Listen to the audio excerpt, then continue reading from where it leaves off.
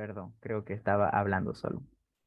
Ok, habíamos dicho, nace la porción anterior, viene a ser la porción del puente propiamente dicha, y ya encontramos, digamos, a la porción posterior, a la del tegmento, ¿no? Donde encontramos, les estaba nombrando al núcleo salivar superior, al lácrimo muconasal, al núcleo motor del séptimo par, al núcleo motor del sexto par, ahí ven, núcleo motor y el séptimo par. Es lo que más me interesa que sepan, ¿no? Es el interés de mí, digamos, que sepan sobre todo eso. Ya después los haces, pues vienen y van, ¿no? Pero los núcleos, pues es importante que sepan eso.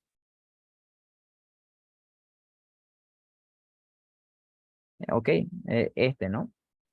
Eso, bien. Cualquier pregunta me la hacen al chat, ahí está, ¿no? Básicamente, ¿no? Así en un súper resumen sango, ¿no? Hay núcleos importantes, como ser el 7 y el 9. Uy, no, el 9 se escribe así. Es una X y aquí es el 9, ¿no? El facial en pocas palabras y el glosofaríngeo, que es el 9, ¿no? El facial tiene dos núcleos vegetativos importantes, el lacrimomuconasal, como ustedes ven acá, y el núcleo salival superior. Y el glosofaringio me da la inervación al núcleo salival inferior. Van a ver más adelante, en otro corte, el núcleo salival inferior, que es importante. ¿Por qué? Es importante por la inervación, porque incluso ahí la pregunta te dice, ¿qué núcleo o qué nervio inerva a la glándula submandibular, digamos, por ejemplo? Y nosotros tenemos que saber que el núcleo salivar inferior me inerva a la glándula submandibular y a la glándula sublingual. Ese se encarga de inervarme a estas dos glándulas, como una inervación vegetativa.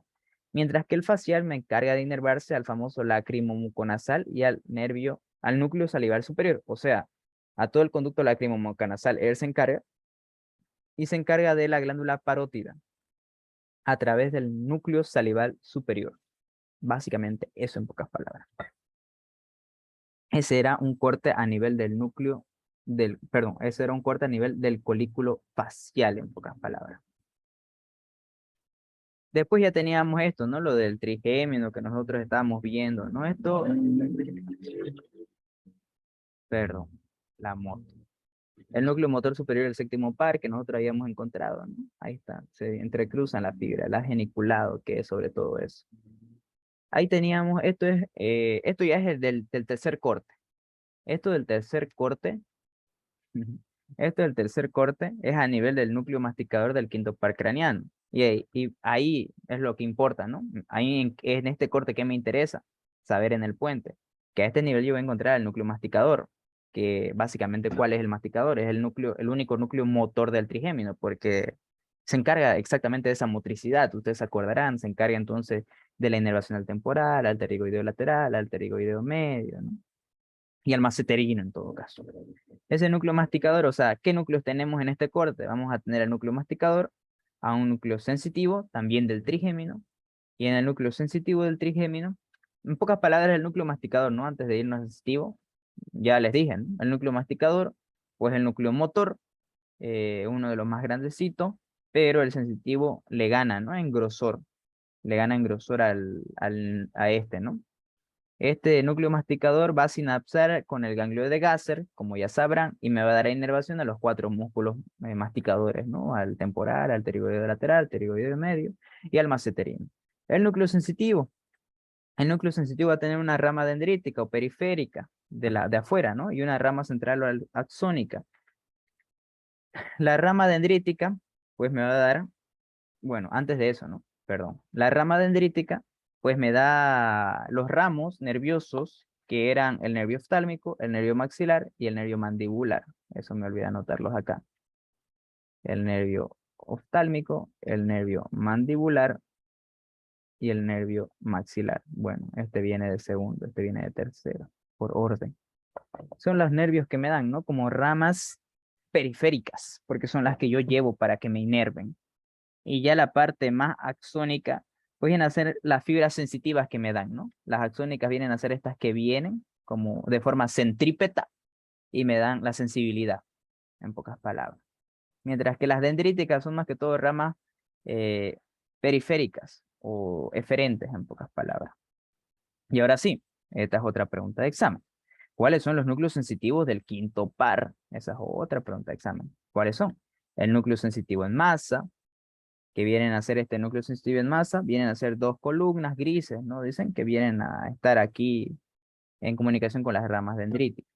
Y luego, ¿quiénes están? El núcleo sensitivo principal o puntino y el núcleo espinal o también o llamado núcleo bulboespinal. Ahora un poquito aquí la importancia de esto, a veces, ¿no? Es conocerlo más allá del nombre. El núcleo sensitivo principal o puntino. Este, por ejemplo, ¿se encarga de qué? Se va a encargar de una sensibilidad táctil fina o discriminativa, dice, ¿no? Discriminativa. ¿Qué es lo interesante de esto? ¿Por qué, no? Porque uno tiene que saber. Ahorita estamos hablando, por ejemplo, de la parte del tegmento a nivel del núcleo masticador del trigémino, ¿no? Como núcleo vegetativo. Siempre que sea hacia la parte posterior, yo le dije que va a tener la sensibilidad de Dios, y es decir, una sensibilidad bien profusa, bien discriminatoria, como dice acá. Porque siempre que escuchen tacto fino, es lo mismo que decir tacto discriminativo. ¿Por qué? Porque sabe exactamente dónde está sintiendo eso. Y aquí, por ejemplo, el núcleo espinal o bulbo espinal también tiene ciertas funciones, como ser la función termoalgésica, que se encarga de la temperatura y del dolor, o sea, del dolor a la temperatura, y también se encarga de una táctil protopática, que esto es un poquito ya más malo, es una sensibilidad no tan discriminativa, ¿no? Esto se lo conoce como protopática, que yo les había dicho en clase, que cuando escuchen protopática, entiendan como si les dijera estúpido. ¿Por qué? Porque no es una sensibilidad exactamente precisa, no es una sensibilidad, incluso lo mostramos en clases, ¿no? Si a ustedes les marcan así cerrando los ojos el dedo gordo, van a suponer quizás que sea el dedo medio. La sensibilidad no está bastante. ¿Por qué? Porque son fibras que se van a ir por otra ruta. Y también tenemos el núcleo sensitivo mesencefálico, ¿no? El núcleo sensitivo en masa son dos núcleos, a eso se refería esto de acá, ¿no? El núcleo sensitivo en masa, pues en estos dos, en este núcleo se desenvuelve el principal o pontino y el núcleo espinal, ¿no? Y después tenemos al núcleo sensitivo mesencefálico, que ese núcleo sensitivo mesencefálico netamente es uno y es del mesencéfalo, ¿no? Que va a estar, este me da la inervación sensitiva, es lo único importante, ¿no? En este de acá. Ese es el que me da la inervación sensitiva a los núcleos masticadores, a las encías y a la articulación temporomandibular. A los músculos masticadores, a las encías y al ATM, como decíamos, ¿no? A la articulación temporomandibular. Pregunta de examen. ¿Cuál me da la inervación sensitiva a los músculos masticadores, a la articulación temporomandibular de las encías? El núcleo sensitivo mesencefálico. Exactamente. Y después tenemos ciertas formaciones nucleares propias del puente, que ya son a este nivel, ¿no? Que son propias de este. Vamos a tener núcleos pontinos del sector basilar, núcleo del lemnisco lateral, al locus coeruleus o locus ceruleus, y a los núcleos del cuerpo trapezoide y olivar superior o pontina, ¿no? Y esta es la fotito que vemos ahí, ¿no? A nivel de este corte que era del masticador que nosotros vemos. Aquí, por ejemplo, tenemos el núcleo masticador y tenemos acá al ganglio trigeminal o semilunar, que era lo que decíamos, ¿no? Este núcleo masticador motor va a darme una rama dendrítica o periférica que van a darme al oftálmico, al maxilar y al mandibular. Antes de darme esa, va a sinapsar al ganglio trigeminal o de Gasser o semilunar, ¿no? Y después teníamos ya la parte más sensitiva, ¿no? Que se iba a encontrar la otra, la parte propia. Y básicamente ese era, ¿no? Corta a nivel del núcleo motor o masticador del quinto par craneal, en los que nosotros vemos, van a sinapsar de arriba el núcleo mesencefálico que nosotros encontramos, que es la rama sensitiva. Si se dan cuenta, miren, me da bien acá la sensibilidad, bien acá, y me da la sensibilidad. Me da el ganglio semilunar, la raíz motora y una raíz descendente para más o menos tener en cuenta, ¿no? Y pues bueno, esto ya es una imagen que ustedes vieron cuando estaban estudiando trigémino, ¿no? Aquí tenemos básicamente todos los núcleos. Ahí está el salivar superior, el salivar inferior, que como les dije, mira, aquí está mucho más bonito y entendible. El lacrimo muconasal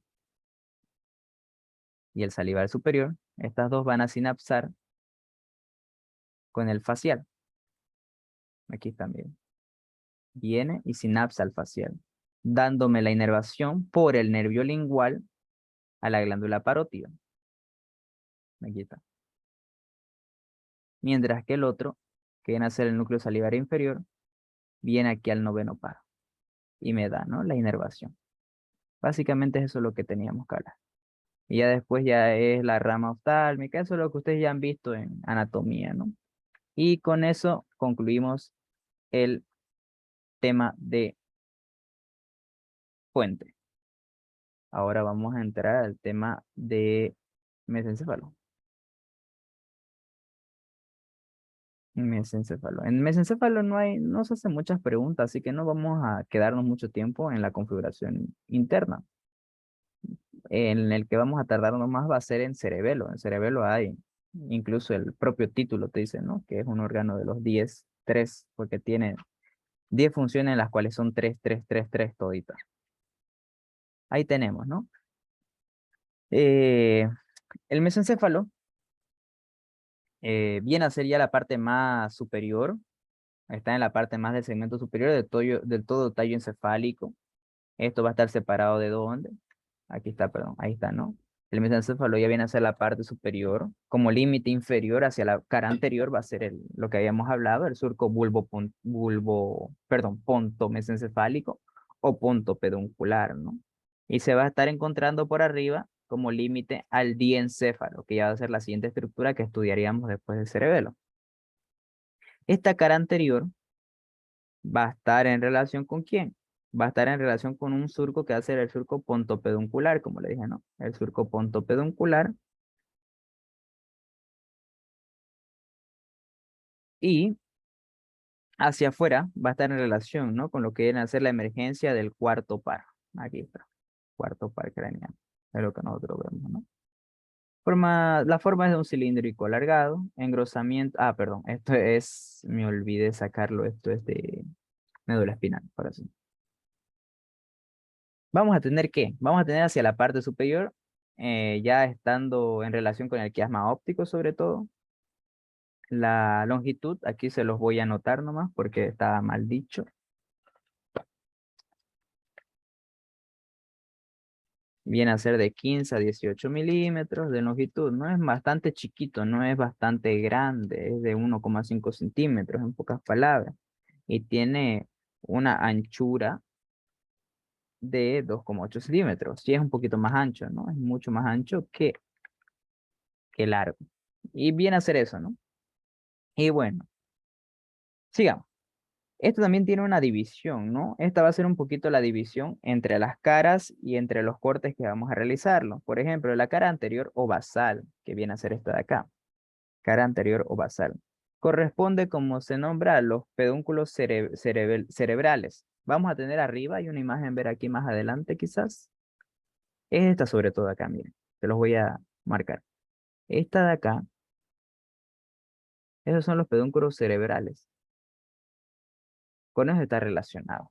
Esos son los pedúnculos cerebrales, las cuales los vamos a ver como cara anterior, una cara anterior de esta, ¿no? Como dice, en forma de B, te dicen. ¿Por qué? Porque todo esto van a ser los famosos pedúnculos cerebrales. Todo esto que vemos acá. Y ya dice ahí, ¿no? Se extiende desde el surco pontopeduncular hasta lo que viene a ser la parte de la cintilla óptica, que es hacia la parte posterior. Viene desde el surco pontopeduncular hasta la parte de las centillas ópticas. Ese es el límite de la cara anterior. Después, ¿qué más tiene esta cara? Esta cara va a tener una fosa, que viene a ser esta acá, fosita de acá en medio, que es la fosa interpeduncular o espacio interpeduncular, donde en este espacio, uy, ¿qué pasó? En este espacio pequeñito va a estar lleno de emergencia de ¿qué? De una sustancia, que es la famosa sustancia perforada posterior, que es donde va a estar emergiendo, ¿quién en esta sustancia perforada posterior? Va a estar emergiendo el famoso tercer par craneal. Eso es lo interesante.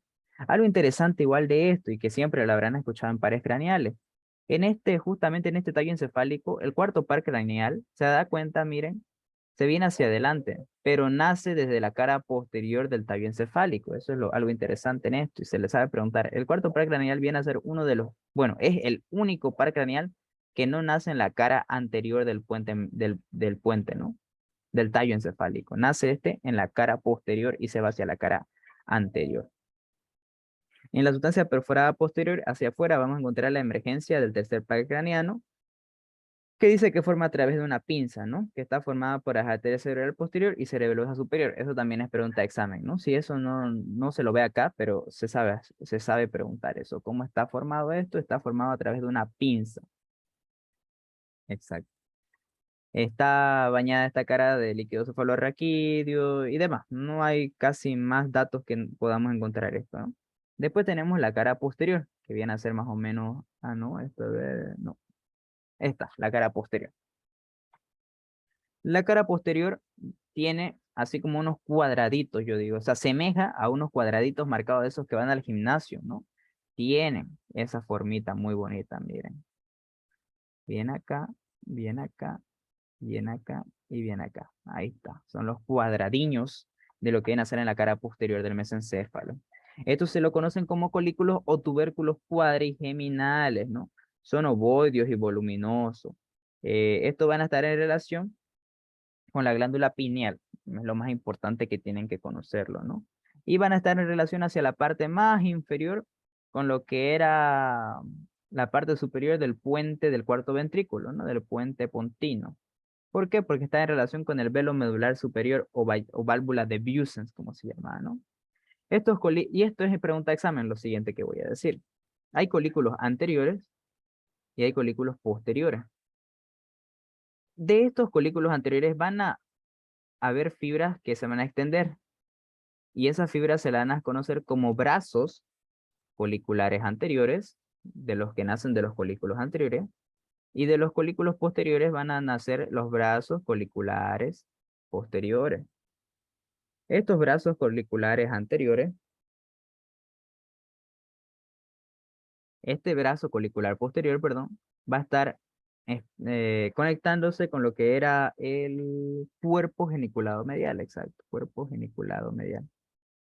Y el brazo colicular anterior va a estar conectándose con el cuerpo genicular lateral. Esto es lo más importante que tiene que saber con mesencéfalo y es pregunta de examen. Entra en los exámenes teóricos sobre todo.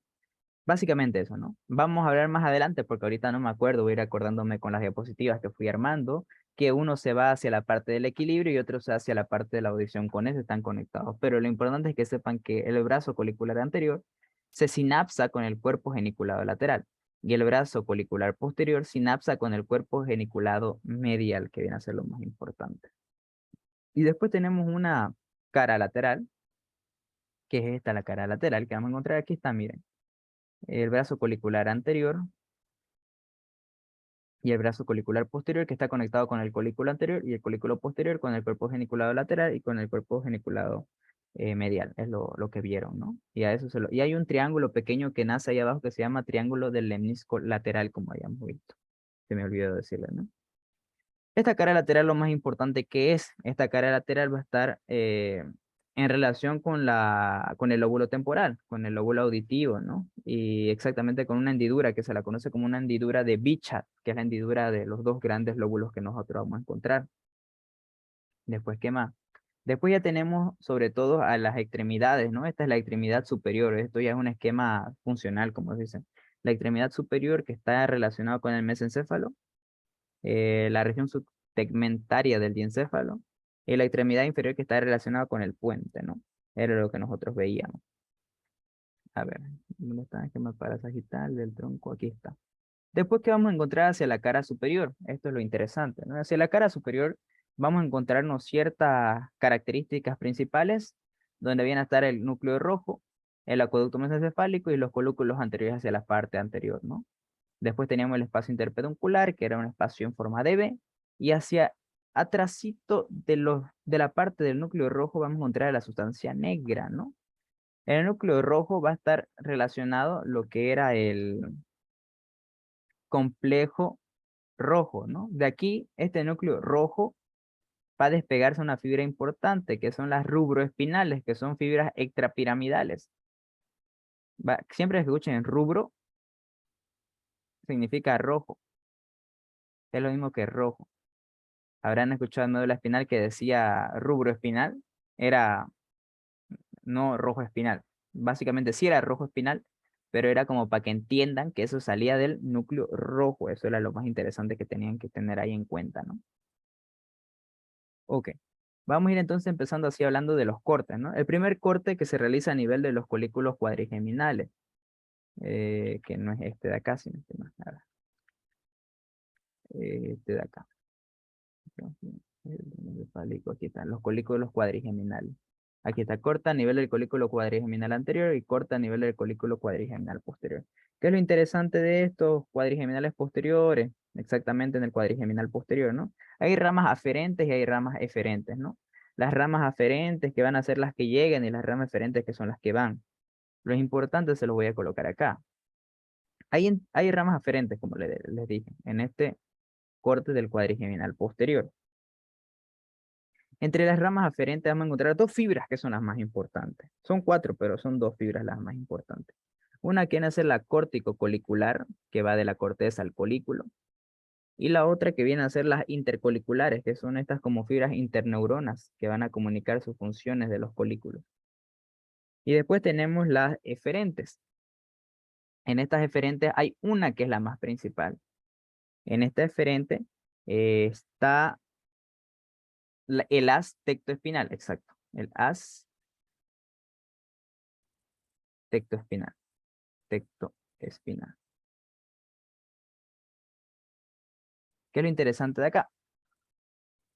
Es interesante de este tecto espinal, y es la pregunta de examen que siempre viene en los exámenes. Tiene que saber todas las decusaciones. Las decusaciones ya le dije en la primera clase. No es más que los entrecruzamientos. En este caso, por ejemplo, el haz tectoespinal me forma una decusación a nivel del corte del colículo cuadrigeminal inferior, que es la decusación de Meitner, así se llama. De Meitner. Entonces ya hemos visto tres decusaciones. Hemos visto la decusación del lemnisco medial, porque el lemnisco medial igual es una decusación. Hemos visto la del lemnisco lateral y hemos visto la del Meitner, que es esta ya la tercera que estamos viendo. Sí, creo que no hemos visto la de... Y hay otra más incluso, la de Polk o Fox está ahí, pero a ver, la vamos a ver más adelante. ¿Qué tal la decusación de Meitner? Que no es más que la decusación del haz tectoespinal, como ven. Y después, en la región posterior, la región mesencefálica que vemos acá, vamos a encontrar ¿qué? Vamos a encontrar sobre todo eh, a la sustancia gris periaqueductal, la vamos a encontrar acá. Vamos a irnos a la siguiente imagen. Aquí está. Estamos hablando ahora de esta parte de acá. Vamos a encontrar a la sustancia gris periaqueductal. Vamos a encontrar eso. Vamos a encontrar el núcleo mesencefálico del quinto par, que ahí estábamos hablando hace rato. Al núcleo del sexto par. Al núcleo interpeduncular, que ese núcleo interpeduncular viene a estar relacionado con otros dos núcleos que lo vamos a hablar ahorita, y a los núcleos reticulares del tegmento. Vienen a hacer eso con los que está en contacto, ¿no? Después, ¿qué vamos a encontrar? Vamos a encontrar esta sustancia negra que está relacionada con, bueno, sustancia negra o locus niger. Tiene incluso otro nombre bastante largo, ¿no? Locus niger de Somerin se llama. Es un núcleo motor extrapiramidal, nada más que esa, ¿no? Y después tenemos al núcleo rojo. Este núcleo rojo viene a ser uno de los más importantes, ya vamos a hablar más adelante por qué. Y después, ¿qué encontramos? Encontramos diferentes haces, ¿no? Pero los más importantes haces son estos dos que van a nacer de acá. Uno que nace este de acá, que ya les nombré, y el otro que nacía del tecto espinal, ¿no? Ahora aquí nombramos los dos haces. Un haz era el tecto espinal, que lo vimos hace rato, y el otro haz es el rubro espinal. Ahí están sus preguntas de examen. El haz tectoespinal viene a ser el que me da la decusación de Meitner. Y el haz rubro, no retículo, perdón, rubro espinal es el que me da la decusación de Forel. Exacto. Es lo que más tienen que saber de este tema. La decusación de Forel. Y después ya tenemos otro a nivel del pie de los pedúnculos cerebrales, que vienen a ser estos de acá. Vamos a encontrar otros haces. De aquí van a despegarse otros haces, que son cuatro haces. El haz frontopontino, llamado de Arnold, el haz geniculado, geniculado, el haz corticoespinal y el haz que tiene el nombre un poquito más largo, que es el temporo-occipito parieto pontino. Exacto. Temporo de temporal, occipito, parieto, pontino. Temporo, occipito, parieto, pontino de turco. Exactamente. En pocas palabras, este tiene todos los huesos excepto el frontal, ¿no? Temporo, occipito, parieto, y al final le colocamos el pontino, ¿no? Vienen a ser esos los que vamos a encontrar a nivel de los pies de los pedúnculos cerebrales, ¿no? Los más importantes que nosotros vamos a encontrar en esto. Después, ¿qué vamos a encontrar? Después ya tenemos, digamos, a esta área que es el área pretectal que se lo va a conocer. En este área pretectal vamos a encontrar de igual forma formaciones grises y formaciones blancas, ¿no? Entre las formaciones grises siempre vamos a encontrar núcleos. La recomendación que les hago, y les vuelvo a recalcar, siempre divídanse así en mapitas como formación gris, formación blanca, donde sabemos que de acá van a salir puros haces y fibras, y de aquí van a salir puros núcleos. Ahorita estamos hablando, por ejemplo, del área pretectal. En el área pretectal tiene fibra, tiene formación gris y formación blanca. En la formación gris vamos a ver el núcleo rojo. Ya sabemos que es un núcleo extrapiramidal y demás cosas, digamos. Ahí menciona que tiene células magnocelulares y parvocelulares. Eh, este núcleo rojo, uno de los importantes, es que está relacionado con la dopamina. Esto también es pregunta de examen. Este núcleo está relacionado con la dopamina y el causante que cuando no hay las fibras pertenecientes a este núcleo, pues ya me causa el Parkinson. Es lo más interesante, creo que en este tema, lo que vamos a encontrar acá. Y después en la formación blanca encontramos el haz rubro espinal, rubro olivar y sobre todo esos referentes. Después ya encontramos diferentes núcleos. Esto yo se los nombro, no me acuerdo exactamente ahorita cuáles son las funciones porque son muchos. Es un poquito complicado de recordárselo. Y incluso eso que lo estudié en la tarde, pero no me acuerdo. Solo me acuerdo de sus nombres. eh, que son el núcleo de Perlia, núcleo de Edinger-Westphal, ni me acuerdo cómo se escribe, pero de este sí me acuerdo un poco. De este Edinger-Westphal era, producía miosis es lo que me acuerdo, por ejemplo, porque al revés de la W es M, me acuerdo de miosis. Luego teníamos el de Cajal, el núcleo de Cajal, y el que es súper nombre extraño, que es el de Darkewich, creo que se escribe así más o menos, Darkewich, creo que es así más o menos. Cada uno de estos, por ejemplo, estos se los preguntan en el examen incluso, que son los núcleos que vamos a encontrar en el área pretectal. Son los más importantes. Incluso faltan dos más, creo que es el núcleo del... Uy, se me fue, no. Pero creo que es el... No, ya, claro. Viene a ser el oculomotor, porque está en relación a ese par craneal, a este nivel del mesencéfalo. El motor ocular común, exacto. Vamos a estar en contacto con ese, con el de Perla, con el de Edinger-Westphal, con el de Cajal y el de Darkewich. Eso es lo importante, ¿no? Que nosotros tenemos que saberlo. Eso es lo importante. Si le toca conmigo, yo más que seguro le pregunto eso, ¿no? Y después teníamos la sustancia negra, ¿no? La sustancia negra que va a estar en relación, era eso, ¿no? Me retracto, perdón. La sustancia negra que está en relación, esta sustancia negra está en relación con la dopamina, no la sustancia roja. La sustancia roja es más que todo con la motricidad, sí, pero no tiene nada que ver con la dopamina. La sustancia negra es la que está en relación con la dopamina, que se dice que esta produce dopamina y de igual forma hacia la parte más ventral va a producir GABA, ¿no? Esto va a estar en un equilibrio que cuando no se produce dopamina ni GABA, cuando se produce dopamina, ¿cuál es el problema acá, no? En pocas palabras, para que me entiendan bien. Tenemos la sustancia negra. La sustancia negra me produce dopamina y me produce GABA. El GABA, en estos casos, me va a actuar como algo excitatorio y la dopamina como algo inhibitorio. Ahora, este es el ejemplo que siempre les doy. Si hay una señal que viene, aquí una señal de motricidad, o sea, de movimiento, esa señal viene, se excita, porque el GABA lo excita, pero si esa se excita, ese movimiento va a causarme varios movimientos espásticos, o sea, se va a estar moviendo bastante. Y como ustedes saben, el sistema nervioso, como el sistema endocrino, necesita estar en homeostasis, o sea, necesita que haya una dopamina, que es una inhibitoria, que si algo me excita, algo me tiene que calmar, o sea, algo me tiene que inhibir. Para eso está la dopamina, para que me calmen. Pero ahora imagínense, en el caso de los pacientes con Parkinson, hay defecto de dopamina, no hay dopamina, no hay material inhibitorio, entonces solo hay GABA y me excita y me excita y me excita. Entonces, ¿qué va a pasar?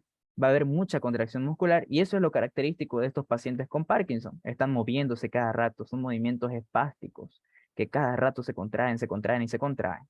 Esa es la diferencia de estos dos. Ahí sigue GABA, pero no hay dopamina. Y de ahí es el problema que nosotros tenemos, ¿no? Y bueno, creo que eso es con lo que tiene que venir a ser este mesencéfalo. Exacto. Ahora vamos a hablar del último tema que es cerebelo. Este es un poquito largo. Si no nos da para estudiar la parte de configuración interna, vamos a dejarlo en la externa. Porque creo que nos falta cuánto tiempo. A ver. Tenemos 5 minutos. Yo creo que un zoom más hacemos y a ver cómo quedamos. Ok, vamos a hablar de cerebelo. El cerebelo, también conocido como el órgano de los 10-3. ¿Por qué es el órgano de los 10-3? No sé si lo coloqué acá. Bueno, aquí también está con médula espinal. Primeramente, saber por qué es el órgano de los 10-3. Y seguro, si le toca cerebelo, el doctor le va a decir, a ver, dígame, ¿por qué es el órgano de los 10-3? Nómbrele, ¿por qué? Desde ya tenemos que saber que tiene 10 funciones que son características por 3. Por ejemplo, empezamos. Las caras. Las caras, por ejemplo, son 3. Bien, vamos a estudiar una cara superior, vamos a estudiar una cara inferior y la vamos a estudiar una cara anterior. Está conectado con 3 pedúnculos. ¿Cuáles habíamos dicho? Los cerebelosos superiores, los medios y los inferiores. Ahí ya tenemos otro. Tiene caras, tiene pedúnculos. Y después tiene 3 capas. Esto ya es por histología, lo conocen ustedes, ¿no? 3 capas, que es de la más externa a la más interna, vamos a encontrar como de la interna a la más externa, vamos a encontrar como la molecular, la de Purkinje y granulosa. Son 3 capas, ¿no? Que tenemos acá de células. Después vamos a encontrar 3 núcleos, sobre todo estos núcleos propios del cerebelo, que son los dentados, los interpósitos y del techo.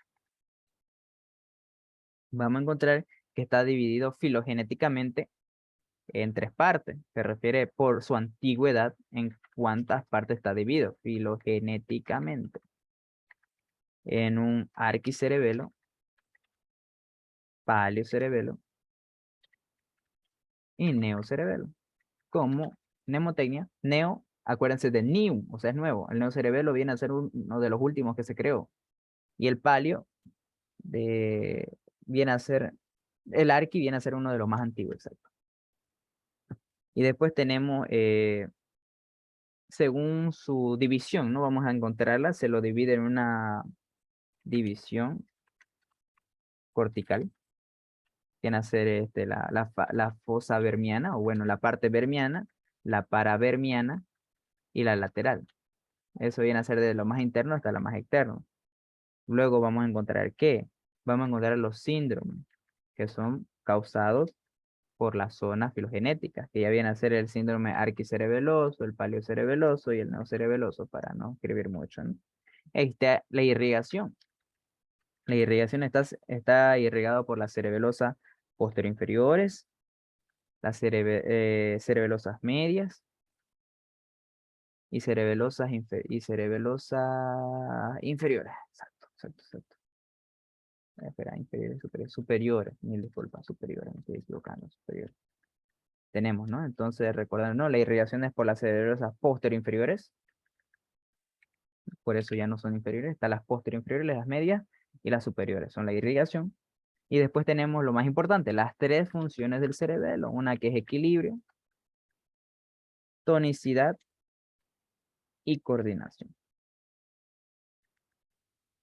Este es el órgano de los 10-3, ¿no? Ya sabemos por qué, porque tiene 3 caras, 3 pedúnculos, 3 capas, 3 núcleos, 3 divisiones filogenéticas, 3 divisiones corticales y 3 síndromes, 3 irrigaciones y 3 funciones. Es lo más interesante que yo tengo que saber de este cerebelo. Y así empezando un poquito con esto, lo vamos a colocar más abajo, por lo menos por acá. Acá está bien. Ahí viéndolo de este cerebelo, podemos decir que está ubicado ¿dónde? Está ubicado por detrás de la médula oblonga y del puente. Ocupa la fosa occipital o la fosa cerebelosa, así es decirlo aquí. Va a estar adelante en la tienda del cerebelo, así es decirlo así. Y está ubicado en la fosa posterior del neurocráneo, en pocas palabras. ¿Cuáles son algunas de sus características? Entre las características que tenemos, pues vienen a ser ¿qué?